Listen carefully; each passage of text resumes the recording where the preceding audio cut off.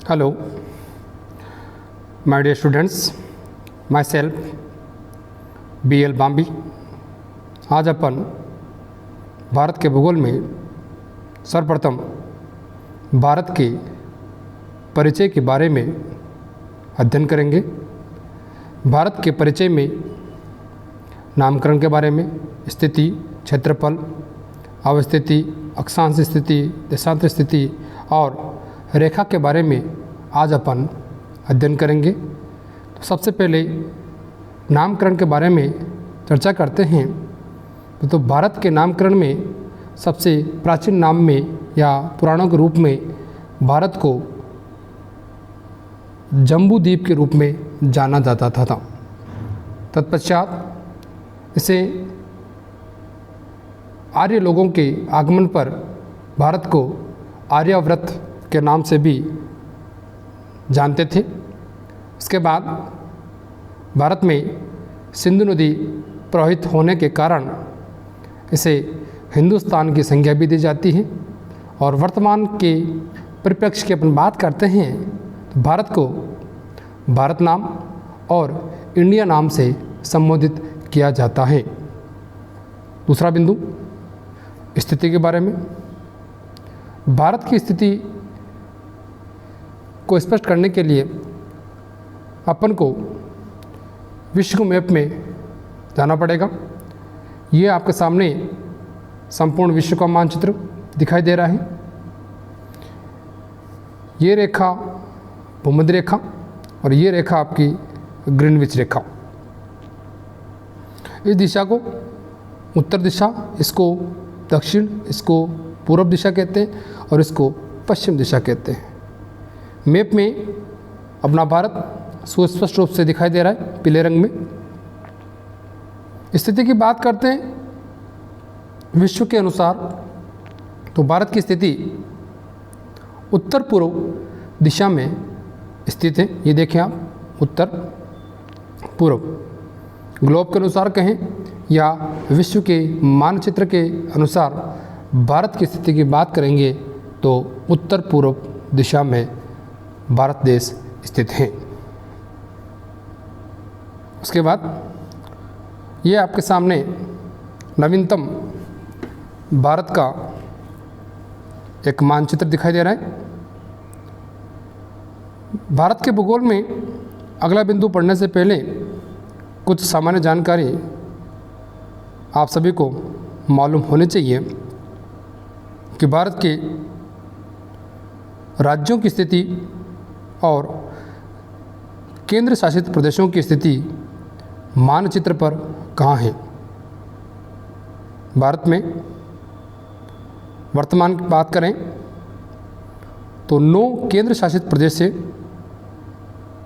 और 28 राज्य स्थित है। राज्यों की बात करते हैं अपन क्रमानुसार।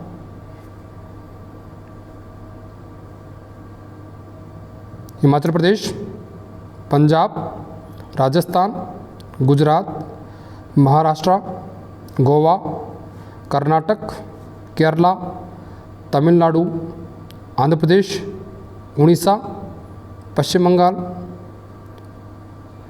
तेलंगाना, छत्तीसगढ़ प्रदेश, मध्य प्रदेश, यूपी, उत्तराखंड, हरियाणा, बिहार, झारखंड, सिक्किम, अरुणाचल प्रदेश, नागालैंड, मणिपुर, मिज़ोरम, त्रिपुरा, मेघालय और असम, ये प्रमुख राज्य।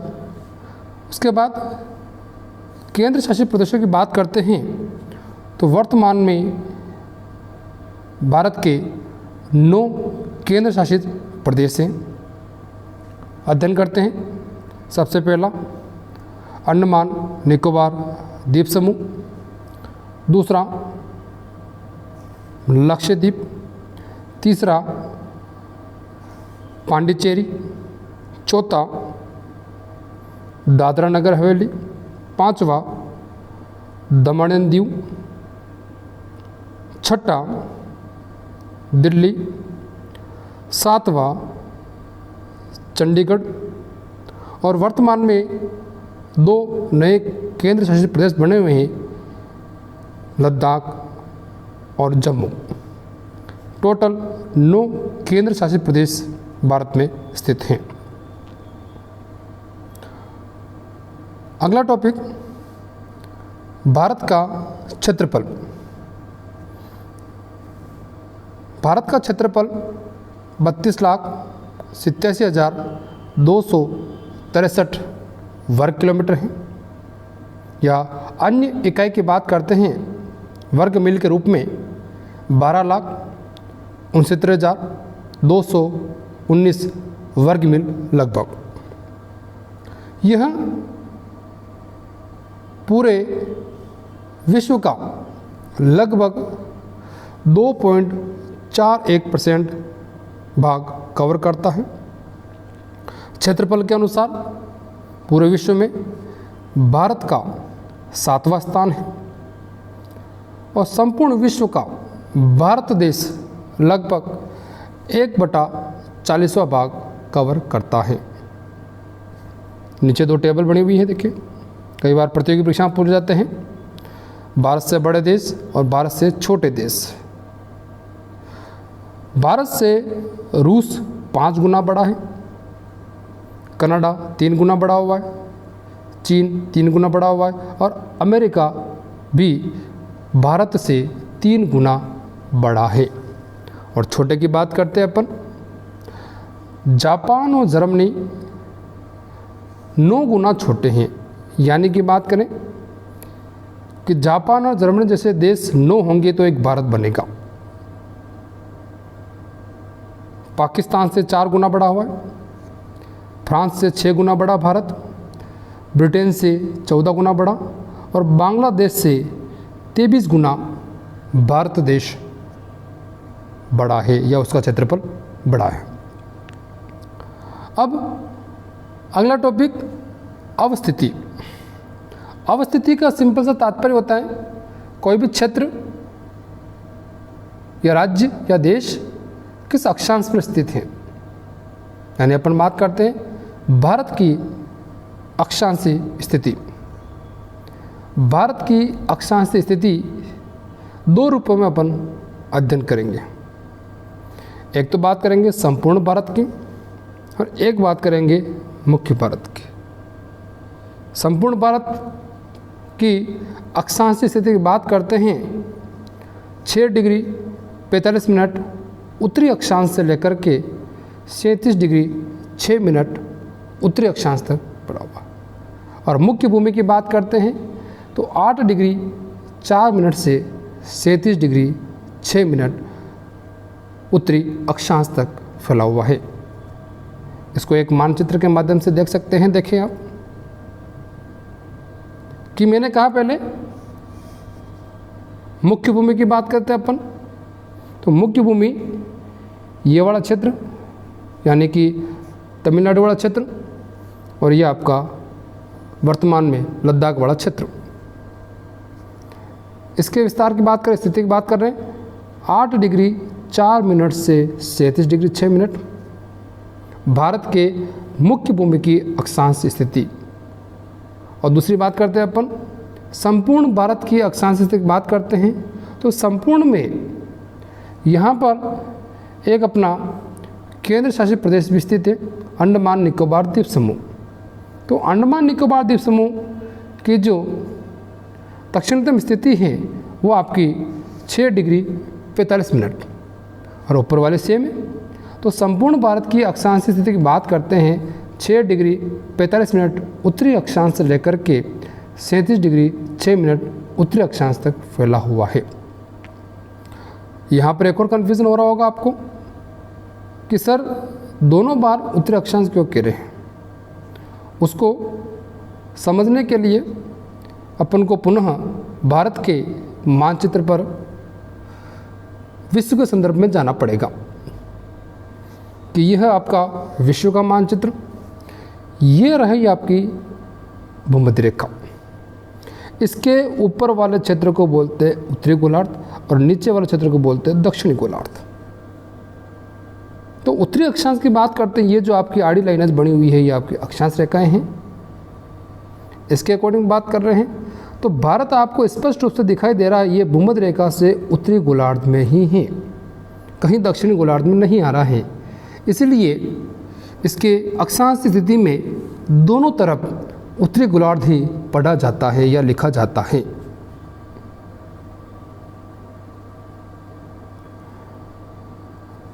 अब अगली बात करते हैं भारत के अक्षांश विस्तार की बात करते हैं। स्थिति अलग चीज़ है, विस्तार अलग चीज़ है। विस्तार में दोनों का अंतर निकाला जाता है, जैसे स्पष्ट दिखाई दे रहा है आपको 37 डिग्री 6-8, दोनों का अंतर निकाला अपन ने, लगभग 30 डिग्री आ रहा आपका। तो भारत का अक्षांश विस्तार एग्जैक्ट की बात करते हैं 29 डिग्री 2 मिनट और अप्रोक्सीमेट की बात करते हैं तो लगभग 30 डिग्री माना जाता है। या यह भी कह सकते हैं इनडायरेक्ट रूप से कि भारत के मानचित्र से लगभग 30 अक्षांश रेखाएं गुजरती हैं। भारत के मानचित्र से 30 अक्षांश रेखाएं गुजरती हैं। ये देखें एक चित्र के माध्यम से, ये भारत का उत्तरी किनारा, ये दक्षिणी किनारा, मैप के साथ में समझते रहें साथ साथ। ये आपका उत्तरी किनारा, ये आपका दक्षिणी किनारा। उत्तरी किनारे पर वर्तमान में लद्दाख केंद्र शासित प्रदेश है और दक्षिण में तमिलनाडु। राज्यों की बात करते हैं, दक्षिणतम राज्य आपका तमिलनाडु और उत्तरतम लद्दाख केंद्र शासित प्रदेश है। ये मुख्य भूमि का विस्तार। और संपूर्ण भारत की बात करते हैं, उत्तर में लद्दाख केंद्र शासित प्रदेश रहेगा और दक्षिणतम की बात करते हैं तो अंडमान निकोबार द्वीप समूह आएगा। देखें आप, लद्दाख केंद्र शासित प्रदेश का एक क्षेत्र है इंद्राकोल, वह भारत का सबसे उत्तरी किनारा माना जाता है। भारत का सबसे उत्तरी किनारा इंद्राकोल जो लद्दाख केंद्र शासित प्रदेश में स्थित है और भारत का दक्षिणी किनारा, शब्दों पर ध्यान दें, दक्षिणी किनारा वो तमिलनाडु राज्य में स्थित है। कई किताबों में लिखा कन्याकुमारी, कई किताबों में लिखा केप कॉर्न, दोनों सही है आपका। लेकिन ये था मुख्य भूमि के बारे में। अब अपन संपूर्ण भूमि की बात करते हैं। उत्तरतम लद्दाख केंद्र शासित प्रदेश, उसका किनारा इंद्राकोल, और दक्षिणतम बिंदु की बात करते हैं वह अंडमान निकोबार द्वीप समूह का आता है, जिसमें इसका नाम आता है इंदिरा पॉइंट, या इसे पिग्मेलियन बिंदु भी कहते हैं या पार्सन्स बिंदु के नाम से भी जाना जाता है, जिसकी अक्षांश स्थिति 6 डिग्री 45 मिनट उत्तर अक्षांश मानी जाती है। एक और चीज साथ में इसके और पढ़े, उत्तर से दक्षिण का विस्तार कितना है। उत्तर से लेकर के दक्षिण का विस्तार 3214 किलोमीटर या 1997 मील के रूप में भी जान सकते हैं। नेक्स्ट, देशांतर स्थिति। भारत की देशांतर स्थिति की बात करते हैं 68 डिग्री 7 मिनट पूर्वी देशांतर से 97 डिग्री 25 मिनट पूर्वी देशांतर। और विस्तार की बात करते हैं, दोनों का अंतर निकाला जाएगा तो लगभग अंतर आ गया आपका 29 डिग्री 18 मिनट या लगभग 30 डिग्री। या ये कह सकते हैं कि भारत के मानचित्र से लगभग 30 देशांतर गुजरती है। पूर्व से पश्चिम के सूर्योदय में लगभग 2 घंटे का फर्क होता है या 2 घंटे का अंतर आता है। क्योंकि 1 डिग्री देशांतर को पार करने के लिए 4 मिनट का समय लगता है। तो 30 को कितने लोगे 120, यानी कि लगभग कितने हो गए 2 घंटे का फर्क आता है। भारत में सबसे पहले सूर्योदय और सबसे पहले सूर्यास्त सबसे पूर्वी राज्य अरुणाचल प्रदेश में होता है। इसको एक चित्र के माध्यम से देखते हैं कि भारत के पूर्व में अरुणाचल प्रदेश, या भारत का पूर्वी किनारा वांगलू या तवांग या किबितू तीनों शब्द आते हैं, और पश्चिम में स्थित राज्य गुजरात, और क्षेत्र की बात करते हैं सरकृत, गौर माता या गोहर माता के नाम से भी जानते हैं। और देशांतरी स्थिति की बात करते हैं तो गुजरात के आसपास में जो देशांतर होगा वो होगा 68 डिग्री 7 मिनट पूर्वी देशांतर, और अरुणाचल प्रदेश के आसपास होगा आपका 97 डिग्री 25 मिनट पूर्वी देशांतर। फिर आपके दिमाग में कन्फ्यूजन हो सकता है कि सर आप पूर्वी देशांतर क्यों कह रहे हो आप, उसका भी कारण भारत की स्थिति की बात करते हैं अपन। भारत पूर्व पश्चिम के अनुसार की बात करते हैं, यानी कि ग्रीनविच रेखा के अकॉर्डिंग बात करते हैं तो भारत देश जो स्थित है वो पूर्व में स्थित है, पश्चिम में कोई क्षेत्र इसका नहीं आता है। इसलिए देशांतरी विस्तार के अनुसार अपन दोनों तरफ पूर्व दिशा ही पढ़ते हैं। इसको मानचित्र के अनुसार देखते हैं। ये आज दिख रहा है आपको गुजरात वाला क्षेत्र, ये दिख रहा है आपको अरुणाचल वाला। देख लीजिए आप 68 डिग्री 7 मिनट पूर्व देशांतर और 97 डिग्री 25 मिनट पूर्वी देशांतर।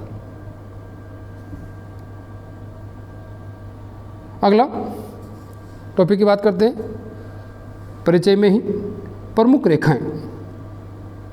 प्रमुख रेखाओं में 2 रेखाओं के बारे में अध्ययन करेंगे, एक अक्षांश रेखा पढ़ेंगे और एक देशांतर रेखा पढ़ेंगे कि भारत के मानचित्र से एक प्रमुख अक्षांश भी गुजरती है और एक प्रमुख देशांतर भी गुजरती है। अक्षांश की बात करते हैं तो वह आपकी कर्क रेखा या कहते हैं 23.5 डिग्री उत्तरी अक्षांश। दूसरी देशांतर रेखा इसे कहते हैं समय मानक रेखा IST इंडियन स्टैंडर्ड टाइम, या इसे कह सकते हैं 82.5 पूर्वी देशांतर। तो सबसे पहले अध्ययन करते हैं अपन प्रमुख अक्षांश के बारे में। भारत की प्रमुख अक्षांश जिसे कर्क रेखा या 23.5 उत्तरी अक्षांश भी कहते हैं, यह रेखा भारत के 8 राज्यों से गुजरती है। यह रेखा भारत के 8 राज्यों से गुजरती है। इसकी एक सिंपल सी ट्रिक है, उसको याद रखें, प्रतियोगी परीक्षा में कई बार प्रश्न पूछा जाता है।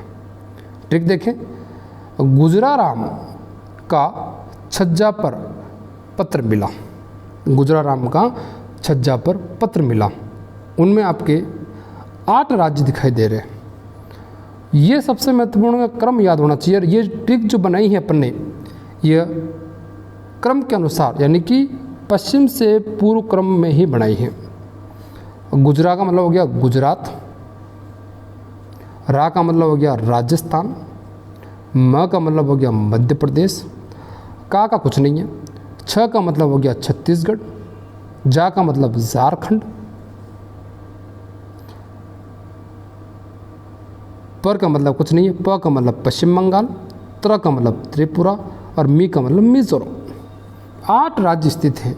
ये है पश्चिम से पूर्व की ओर क्रम, ये याद होना अति आवश्यक है। एक क्वेश्चन बहुत बार प्रतियोगी परीक्षा में पूछा जाता है कि कर्क रेखा पर स्थित राजधानी या कर्क रेखा से सबसे नज़दीकी राजधानी कौन सी है। मैंने दोनों चीज़ लिखी हुई है, निकटतम राजधानी भी लिखी हुई है, दूरस्थ राजधानी भी लिखी हुई है। निकटतम राजधानी रांची झारखंड की, और दूरस्थ राजधानी जयपुर राजस्थान की राजधानी है। इस रूप में आपकी कर्क रेखा बनी हुई है। मैप के अकॉर्डिंग देखते हैं अपन। ये देखें आप, ये आपकी कर्क रेखा है। इस कर्क रेखा पर 8 राज्य हैं, ट्रिक के हिसाब से बता दिया। गुजरात, राजस्थान, मध्य प्रदेश, छत्तीसगढ़, झारखंड, पश्चिम बंगाल, त्रिपुरा और मिजोरम।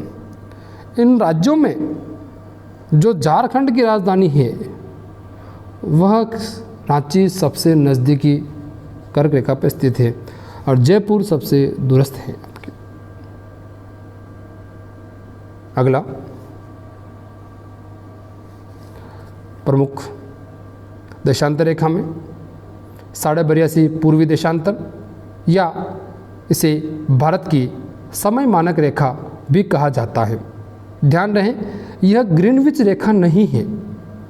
कई बार समय मानक रेखा से ही अपना आइडिया लगा देते हैं कि शायद ये ग्रीनविच रेखा है, लेकिन ग्रीनविच रेखा नहीं है। ये ग्रीनविच रेखा विश्व के संदर्भ में मानी जाती है, उसके हिसाब से विश्व का समय निर्धारण करते हैं। और समय मानक रेखा जो है आपके 82.5 पूर्वी देशांतर जो है, इससे भारत का समय निर्धारण किया जाता है। यह रेखा भारत के 5 राज्यों से गुजरती है। उसका क्रम भी याद होना चाहिए, उत्तर से दक्षिण इस रूप में। सबसे ऊपर UP, MP, Chhattisgarh, Orissa, Andhra Pradesh. Same question जो कर्क रेखा में था कि 82.5 पूर्वी देशांतर या समय मानक रेखा पर स्थित राजधानी या नज़दीकी राजधानी या दूरस्थ राजधानी कौन सी है। निकटतम की बात करते हैं छत्तीसगढ़ की राजधानी रायपुर और दूरस्थ की बात करते हैं एमपी की भोपाल। भारत की समय मानक रेखा उत्तर प्रदेश राज्य के मिर्जापुर क्षेत्र के इलाहाबाद के निकट नैनी से होकर गुजरती है और यह ग्रीनविच रेखा से 5.5 घंटा आगे है। ध्यान रखनी है, 5.5 घंटा आगे। इसको अपन मानचित्र के माध्यम से देखते हैं। देखो ये आपकी 82.5 पूर्वी देशांतर है, इसे समय मानक रेखा कहते हैं। 5 राज्य उत्तर प्रदेश, मध्य प्रदेश, छत्तीसगढ़, उड़ीसा और आंध्र प्रदेश राज्य स्थित हैं। Thank you very much. Video अच्छा लगे कमेंट करें और लाइक एंड शेयर ज़रूर करें। Again thank you.